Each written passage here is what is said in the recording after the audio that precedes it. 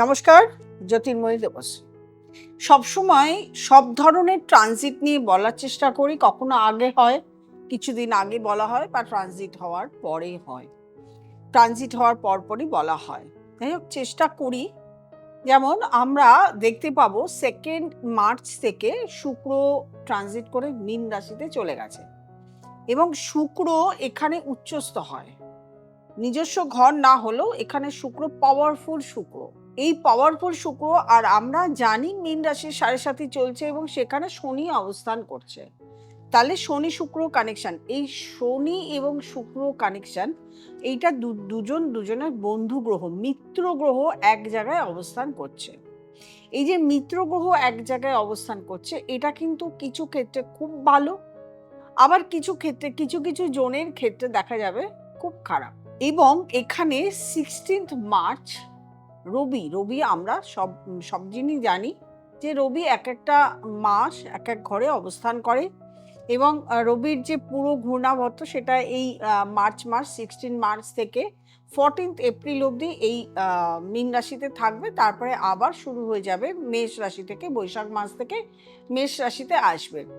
এই যে এক মাস রবি এখানে ট্রানজিট করে থাকবে, তাহলে এখানে কানেকশন দুটো কিন্তু তৈরি হচ্ছে। কি তৈরি হচ্ছে? এক হচ্ছে এই শুক্র থাকাকালীন রবি এখানে ঢোকার জন্য শুক্র এবং রবি কানেকশন হচ্ছে। রবি এখানে পাওয়ারফুল নয়, রবি এখানে নিচস্থ এবং শুক্র এখানে উচ্চস্থ, অর্থাৎ এখানে একটা দারিদ্র যোগের সৃষ্টি হচ্ছে।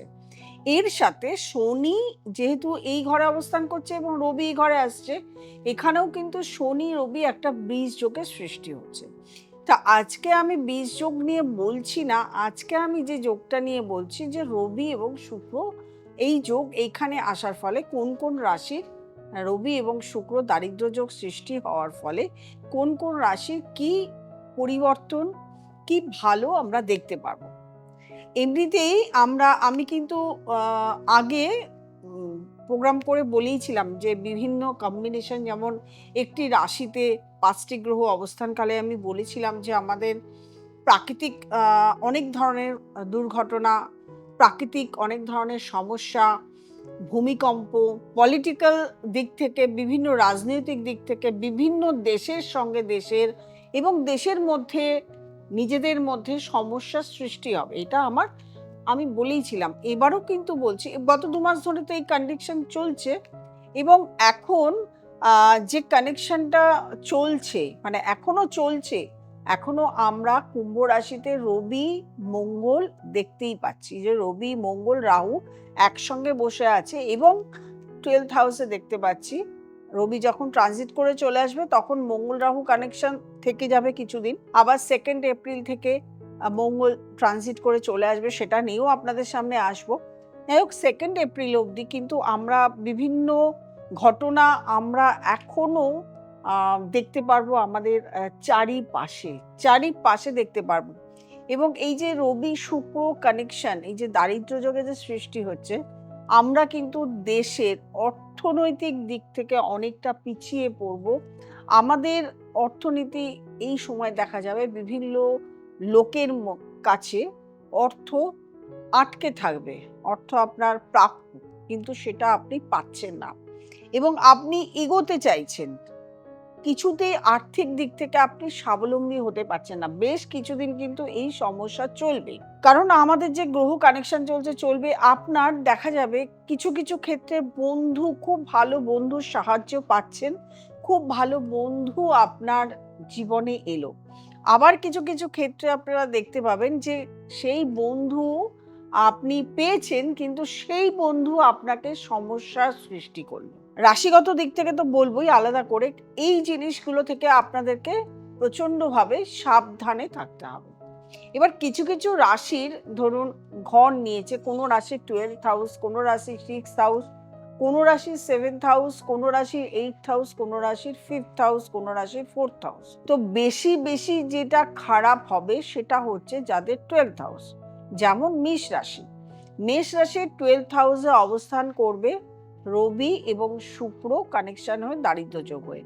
তাহলে মেষ রাশির 12th হাউসের ক্ষেত্রে আমরা কি পাবো? মেষ রাশির জাতক জাতিকাদের দেখতে পাবো যে এই সময় কোথাও না কোথাও ভুল ইনভেস্টমেন্ট হয়ে যাবে, অর্থাৎ হঠকারীভাবে ইনভেস্টমেন্ট করবেন, সেটা ভুল হবে এবং সেখান থেকে ক্ষতি হওয়ার সম্ভাবনা। তাহলে আপনি এই সময় সাবধান থাকবেন ইনভেস্টমেন্ট থেকে।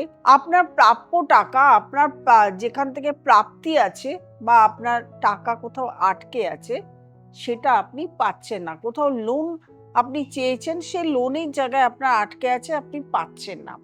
আবার কিছু কিছু ক্ষেত্রে আপনি দেখতে পাবেন যে আপনার পিতৃপুরুষ অর্থাৎ বাবার দিক থেকে যে প্রাপ্তি ছিল, কিছু কিছু ক্ষেত্রে আটকে ছিল, সেটা আবার কিছু কিছু ক্ষেত্রে পাচ্ছেন। কারোর ক্ষেত্রে সম্পত্তি, কারোর ক্ষেত্রে বাবার থেকে কিছু অর্থ পাওয়ার ছিল, সেটাও কিন্তু আপনি পেতে পারেন। আমি কিছু কখনো কখনো বলেছি যে কখনো কখনো ভালো রেজাল্টও পাওয়া যাবে।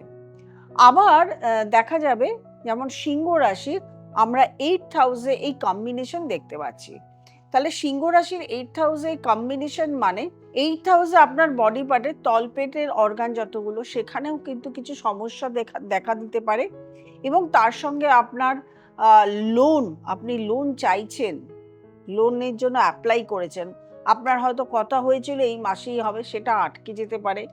আপনি এই সময় কোথাও এখানেও কিন্তু ভুল ইনভেস্টমেন্ট হয়, কোথাও কোথাও আপনি কাউকে কোনো জায়গাতে কাউকে ধার দিয়েছেন, কোনো বন্ধুকে, কোনো আত্মীয়কে বা কোনো একজন জানাশোনা ব্যক্তিকে আপনি ধার দিয়েছেন, এই সময় দিয়ে দিয়েছেন, সহজে কিন্তু প্রাপ্তি হবে না, তার কাছ থেকে আপনি পাবেন না। বা আপনি এই সময় লোন নিয়েছেন, সেটাও কিন্তু সহজে আপনি লোনটাকে দিতে পারবেন না, অর্থাৎ লোন অ্যাপ্লাই হয়েছে, লোন পেয়ে গেছেন, কিন্তু আপনি তো এটা ধারে পড়েছেন, সেটাকে শোধ করতে পারবেন না। এবং দেখা যাবে যে আপনারও ভুল ইনভেস্টমেন্ট করার ফলে আপনারও লস হয়েছে। এইগুলো কিন্তু সাবধানে, এই ট্রানজিটগুলো কিন্তু ভীষণ ডেঞ্জারাস। এই ট্রানজিটগুলোতে আপনাদেরকে ধীরে সুস্থে চিন্তা ভাবনা করে তবেই আপনি ইনভেস্টমেন্ট করুন। কন্যা রাশি থেকে একদম সরাসরি 7th হাউস, সিংহ রাশিরও কিন্তু দাম্পত্য জীবনে কিছু না কিছু সমস্যা আসতে পারে, ডিভোর্সেরও সম্ভাবনা, একটুখানি ওয়েট করে যাবেন, করবেন না। এরপরে আসবে কন্যা রাশি। কন্যা রাশি থেকেও 7th হাউস, সপ্তম ঘরে পড়ছে। 7th হাউসে যখনই পড়ছে তখনই দাম্পত্য জীবন আমরা দেখবো। দাম্পত্য জীবনে কিছু না কিছু একটা মন কষাকষি, সমস্যা, ঝগড়া, অশান্তি এগুলো লেগে থাকতে পারে। তার সঙ্গে সঙ্গে আপনি যদি ব্যবসা করে থাকেন, সেই জায়গাতেও দেখা যাবে পেমেন্ট আটকে থাকবে। আপনার ব্যবসাটা এই সময় হয়তো ঠিকঠাক মতন হবে না, মানে থ্রু আউট যেগুলো বিক্রি সেল হওয়ার সেগুলো হবে না, বা সেল হয়েছে সেগুলোর থেকে রিটার্ন যেটা টাকা সেখান থেকে পাবেন না, পেমেন্ট আটকে আছে, এইগুলো কিন্তু আপনি পাবেন।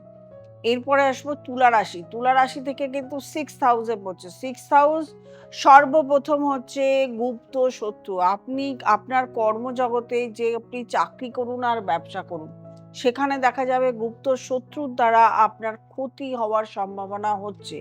এবং তার সঙ্গে সঙ্গে আপনার রোগ ভোগ, মানসিক অশান্তি এগুলো তৈরি হবে।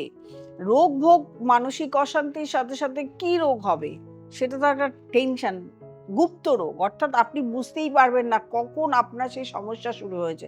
হয়তো পেটের কোনো সমস্যা শুরু হয়েছে, কিন্তু সেই পেটের সমস্যাটা কোথায়, কি হয়েছে, কি রোগ হয়েছে, কেন পেটের সমস্যা হচ্ছে, ট্রিটমেন্ট করছেন, ট্রিটমেন্টের জন্য হয়তো সমস্যা আপনার কমছে, আবার বেড়ে যাচ্ছে, বা ঠিক ট্রিটমেন্ট হচ্ছে না, ভুল ট্রিটমেন্ট হতে পারে, বা আপনি গাফিলতি করছেন, সেটা পরবর্তীকালে বেড়ে যেতে পারে। সেই জন্য সবসময় এগুলোর জন্য সাবধান থাকতে হবে।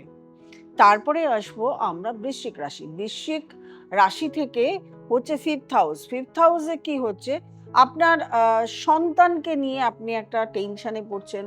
আপনার যদি কোনো প্রেমের কানেকশন থাকে, হয়তো প্রেম ছিল সেটা কেটে গেল, এবার আপনি হয়তো কোনো একটা কাজ শুরু করতে যাচ্ছেন, স্টার্ট করছেন, সে কাজটা আপনার শুরু হচ্ছে না, সেটা লেট হচ্ছে, কথা হয়ে গেছে, সমস্ত কিছু হয়ে গেছে, হয়তো কাজটা আপনি শুরু করতে পারছেন না।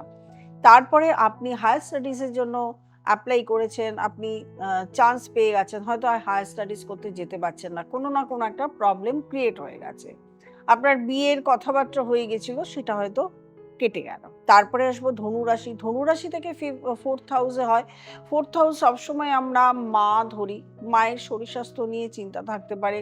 আপনি যে বাস্তুতে বসবাস করেন সেখানে গুপ্ত শত্রুতা হতে পারে, বিভিন্ন শত্রুর জন্য আপনি সেখানে আপনার গৃহে সমস্যা শুরু হতে পারে, অথবা গৃহে যারা বাস করছেন প্রত্যেকের মধ্যে রোগ ভোগ, মানসিক অশান্তি, আর্থিক প্রবলেম এগুলো লেগে থাকতে পারে। আপনি তার জন্য প্রচণ্ডভাবে টেনশনে থাকতে পারেন। এরপরে রাশিতেই, মীন রাশিতেই তো শুরু হচ্ছে এই কানেকশনটা। মীন রাশির জাতক জাতিকাদের কি হবে? মীন রাশির জাতক জাতিকাদের প্রচুর জায়গায় কথাবার্তা চলবে। ব্যবসার কথা হোক বা যেকোনো কানেক্টিভিটি, দেখা যাবে সেই কথাবার্তাগুলো এগোচ্ছে কিন্তু কেটে যাচ্ছে। প্রত্যেককেই বলছি আপনাদেরকে শুক্র ট্রানজিট হওয়া অবধি অপেক্ষা করতে হবে। এছাড়াও রবি ট্রানজিট হওয়া অবধি অপেক্ষা করতে হবে। শুক্র ট্রানজিট হয়ে গেলে কিছুটা রিলিফ আপনারা পাবেন। 25th মার্চ অবধি শুক্র এখানে থাকবে। 26 মার্চের থেকে অনেকটা রিলিফ পাওয়া শুরু করবেন। তারপর তো রবি ট্রানজিট হয়ে যাবে 14th এপ্রিল। তার 15th এপ্রিল থেকে চলে যাবে আপনার একদম মেষ রাশিতে। আপনারা পুরোপুরি তখন রিলিফ পেয়ে যাবেন। তারপরে আপনার আপনাদের প্রত্যেকটা রাশির যা ট্রাবল, যে ট্রাবলগুলো বললাম সেগুলো থেকে রিলিফ পেয়ে যাবেন।